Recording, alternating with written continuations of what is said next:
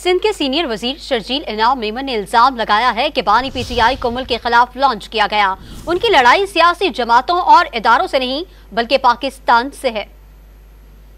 जो हमारे कौमी हीरोज हैं, मैंने अब्दुल सत्तार ईदी मरूम का नाम लिया, मैंने डॉक्टर इसरार मरूम का नाम लिया, मैंने हकीम सईद मरूम का नाम लिया। ये आपके पाकिस्तान के कौमी हीरोज हैं। मैंने कहा कि पाकिस्तान के कौमी हीरोज इमरान खान की लॉन्चिंग से पहले इमरान खान के लिए क्या कह रहे हैं, ये एक क्वेश्चन मार्क था कि उनको कैसे पता था कि एक शख्स लॉन्च हो रहा है। और ये बहुत बड़ा दाना लोग हैं, मतलब एक दानेश्वर लोग हैं।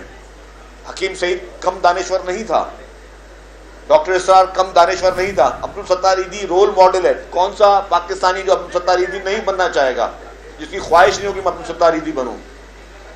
तो ये वो पाकिस्तान के जो नामवर हस्तियां हैं, उन्होंने इमरान खान के बारे में उसकी लॉन्चिंग से पहले की ये पेशन गोया की थी कि इसको कोई मुल्क लॉन्च करना चाह रहे हैं और इसका मकसद पाकिस्तान के खिलाफ है।